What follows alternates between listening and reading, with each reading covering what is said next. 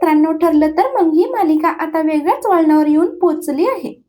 प्रतिमाला सगळं काही आठवलंय, पण आपला जीव वाचवण्यासाठी महिपतने अजून एक सत्य रिव्हील केले. सायलीच्या डोक्यावरती बंदूक ठेवत, जर तुला आता खऱ्या मुलीची कदर नसेल तरच सत्य सांगशील, असं म्हणत महिपतने सत्य रिव्हील केले. आणि त्याच वेळेला दबा धरून बसलेल्या प्रियावरती हल्ला झालाय. आता प्रिया तिकडे काय करते आणि प्रिया तन्वी नाहीये हे सत्य प्रतिमाला कसं समजलंय?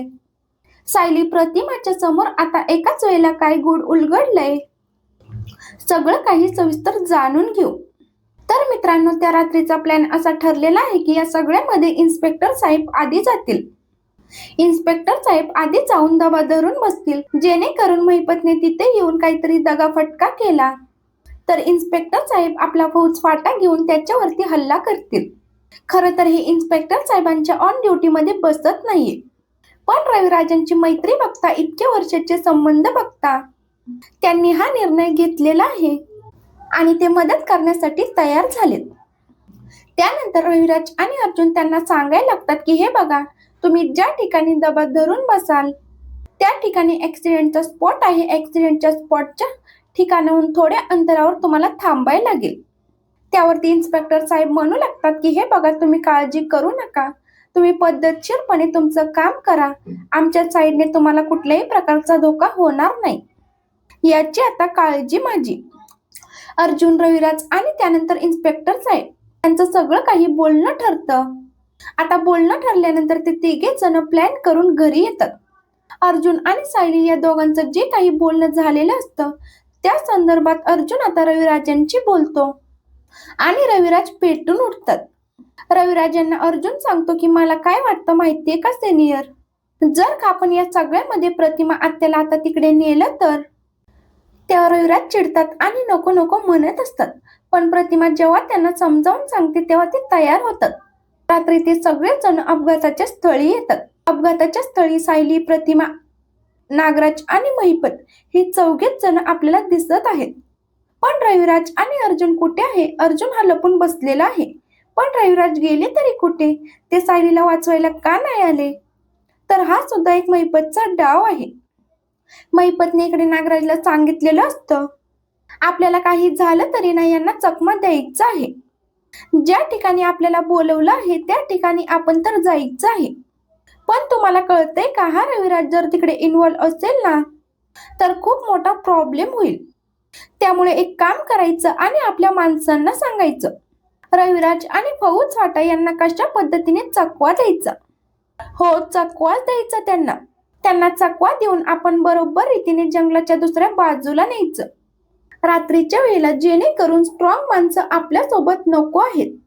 त्यानंतर असं ठरतं की नागराज त्या काही माणसांना घेतो.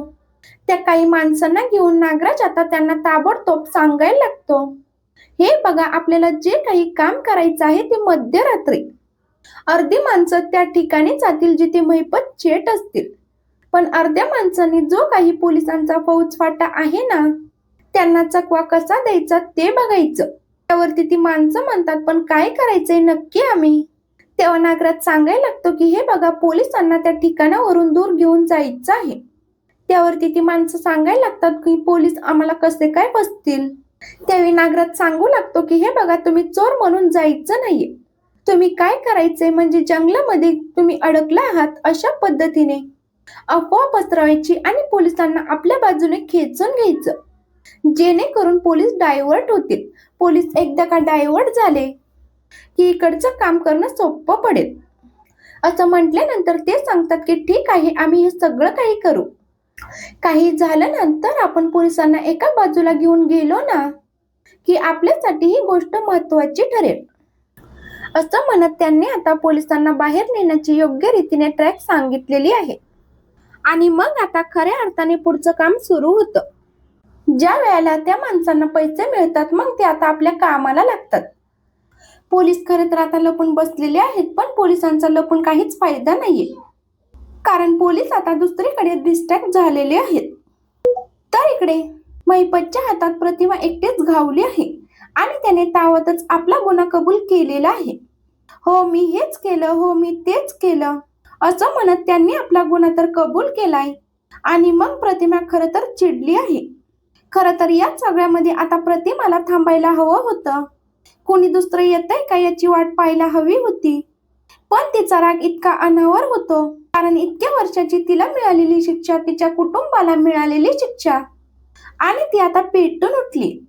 पण त्याच वेळेला इकडे पोलीस जरी नसले, अर्जुन जरी नसला, तरी सुद्धा सायली आता प्रतिमाला वाचवण्यासाठी आलेली आहे. ज्या वेळेला महिपत तिच्यावरती बंदूक उगारतो, त्याच वेळेला प्रतिमा आपल्या हातामध्ये जळतं लाकूड घेऊन उभी आहे. आणि जळतं लाकूड घेऊन ज्या वेळेला ती उभी आहे, त्याच वेळेला प्रतिमा आता त्याला थांबवण्याचा प्रयत्न करते. पण महिपतचे अर्धे गुंड जे दुसरीकडे गेलेले आहेत, ते गुंड आता इकडे परत आलेले आहेत आणि ते प्रतिमाला मागून हल्ला करतायत. सायली आली आहे, ती प्रतिमाला वाचवत आहे. त्यानंतर प्रतिमा आता इकडे पडणार किंवा प्रतिमावरती मागचे लोक हल्ला करणार. तर आता सायलीने युक्ती केलेली आहे. सायली सुद्धा तिकडे आता जळतं लाकूडच हातात घेते, प्रतिमाच्या अपोजिट दिशेला उभी राहते. जेव्हा सायली प्रतिमाच्या अपोजिट दिशेला उभी राहते, त्याच वेळेला दुसरे गुंड जे आता सायलीवरती हल्ला करायला येत आहेत, म्हणजे जे ऍक्च्युली प्रतिमावरती हल्ला करतायत, जेणेकरून तिला आता महिपतच्या तावडीत सापडण्यासाठी सायली त्यांच्यावरती उलटा हल्ला करते.